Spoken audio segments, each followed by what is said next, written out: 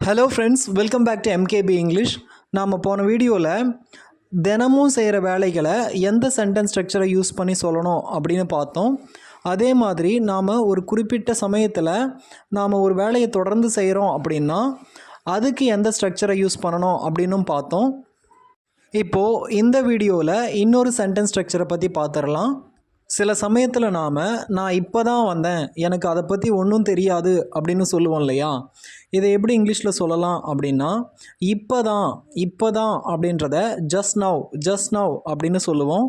வர்றதை இங்கிலீஷில் கம்மிங் அப்படின்னு சொல்லுவோம். ஸோ இங்கே நான் இப்போ தான் வந்தேன், இந்த வந்தேன் அப்படின்ற வேலையை செய்கிறது யார்? நான். அதனால் நான் அப்படின்றது தான் முதல்ல வரணும். ஸோ நான் அப்படின்றத இங்கிலீஷில் ஐ அப்படின்னு சொல்லுவோம். வர்றதை இங்கிலீஷில் கம் அப்படின்னு சொல்லுவோம். நான் வந்துட்டேன் அப்படின்றத கேம் அப்படின்னு சொல்லுவோம். இப்போ தான் வந்தேன் அப்படின்றத ஹாவ் கம் இல்லை ஹேஸ் கம் அப்படின்னு சொல்லணும். ஐ யூ வி தே இதுக்கு அடுத்து ஹாவ் கம் அப்படின்னு சொல்லணும். I have come, you have come, we have come, they have come அப்படின்னு சொல்லணும். இதுவே ஹீ ஷீ இட் இதுவாக இருந்தது அப்படின்னா இதுக்கு அடுத்து he has come, she has come, it has come அப்படின்னு சொல்லணும். அதே மாதிரி ஒரே ஒரு நபர் இல்லை ஒரே ஒரு அனிமலாக இருந்தது அப்படின்னா நாம் ஹேஸை யூஸ் பண்ணணும். For example, the teacher has come, the teachers have come. Teacher அப்படின்றது சிங்குலராக இருக்கிறதுனால ஒருத்தர் அப்படின்றதுனால த டீச்சர் ஹேஸ் கம். இதுவே நிறைய டீச்சராக இருந்தாங்க அப்படின்னா த டீச்சர்ஸ் ஹாவ் கம். நான் இப்போ தான் வந்தேன், இந்த வேலையை செய்கிறது யார்? நான். ஐ அப்படின்றது முதல்ல. அதுக்கப்புறம் என்ன வேலை செய்கிறோம்? வர்றது, அது ஹாவ் கம் அப்படின்னு சொல்கிறோம். ஐ ஹாவ் கம், இப்போ தான், just now. I have come just now, நான் இப்போ தான் வந்தேன் அப்படின்னு இங்கிலீஷில் சொல்லணும். நான் வந்துட்டேன் அப்படின்னா ஐ கேம் தானே யூஸ் பண்ணணும். நீங்கள் ஏன் ஐ ஹாவ் கம்மை யூஸ் பண்ணணும் அப்படின்னு சொல்கிறீங்கன்னு நீங்கள் கேட்கலாம்.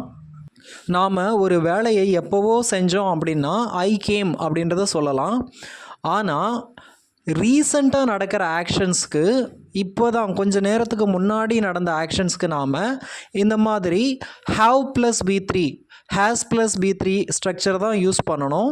ரீசண்டாக நடந்த எல்லா ஆக்ஷன்ஸுக்குமே நாம் ஹாவ் ப்ளஸ் பி3 இல்லை ஹேஸ் ப்ளஸ் பி3 ஸ்ட்ரக்சர் தான் யூஸ் பண்ணணும். ஐ கேம்க்கும் ஐ ஹாவ் கம்க்கும் என்ன வித்தியாசம் அப்படின்றத விரிவாக நாம் இன்னொரு வீடியோவில் பார்க்கலாம். ஒரு வேலையை செய்கிறோம், அந்த வேலை இப்போ தான் கொஞ்சம் நேரத்துக்கு முன்னாடி செஞ்சோம், ரீசண்டாக நாம் செஞ்சோம் அப்படின்னா நீங்கள் இந்த ஸ்ட்ரக்சரை யூஸ் பண்ணுங்கள். அவங்க புதுசாக கார் வாங்கினாங்க, இதை எப்படி இங்கிலீஷில் சொல்லலாம் அப்படின்னா they have pot a new car அப்படின்னு சொல்லலாம். இங்கே யார் அந்த காரை வாங்கினது?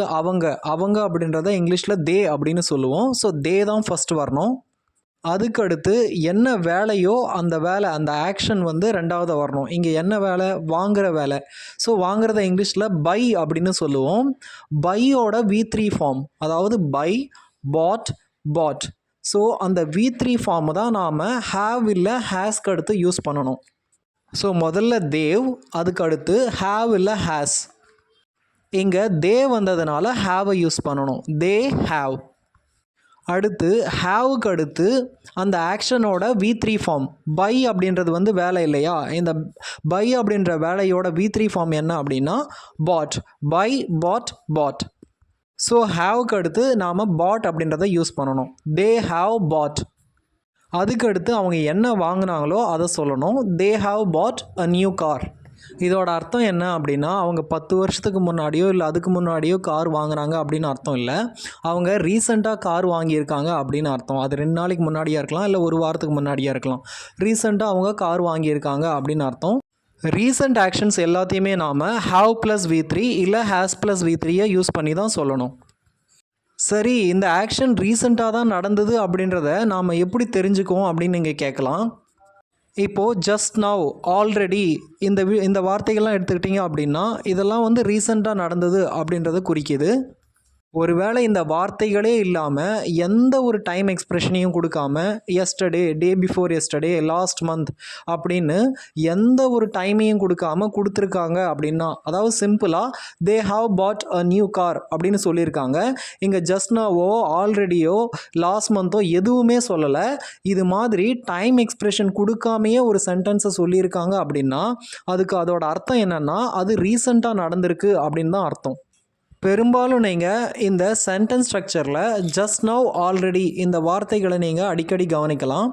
இந்த ஜஸ்ட் நவ், ஆல்ரெடி இந்த 2 வேர்ட்ஸும் ஒரு சென்டென்ஸில் இருக்குது அப்படின்னா அது பெரும்பாலும் இந்த ஸ்ட்ரக்சரில் தான் இருக்கும். அதாவது ஹாவ் ப்ளஸ் V3 இல்லை ஹேஸ் ப்ளஸ் V3 ஸ்ட்ரக்சரில் தான் இருக்கும். நான் ஏற்கனவே சாப்பிட்டேன் அப்படின்னு சொல்லுவோம் இல்லையா, இதை இங்கிலீஷில் I have already had lunch, I have already had lunch. இங்கே லஞ்சு சாப்பிட்டது நான், ஐ முதல்ல வரும், அதுக்கடுத்து ஹேவ் வரும், அதுக்கடுத்து V3 வரும். ஹேவ் அப்படின்ற ஒரு சொல்லுக்கு நிறைய பொருள் இருக்குது. இங்கே ஹேவ் அப்படின்னா சாப்பிட்றது அப்படின்னு அர்த்தம். ஸோ சாப்பிட்றத இங்கிலீஷில் ஹேவ் அப்படின்னு கூட சொல்லுவோம். இந்த ஹேவோட V3 ஃபார்ம் என்ன அப்படின்னு கேட்டிங்கன்னா have V1, had V2, had V3. So முதல்ல ஐ வரும், அதுக்கடுத்து நாம் ஸ்ட்ரக்சர் படி ஹேவை யூஸ் பண்ணுவோம். அதுக்கடுத்து V3 சாப்பிட்றத வந்து ஹேவ்னு சொல்லுவோம் இல்லையா, அந்த சாப்பிட்றதோட V3 வந்து ஹேட். அதனால் I have already had lunch அப்படின்னு சொல்லுவோம்.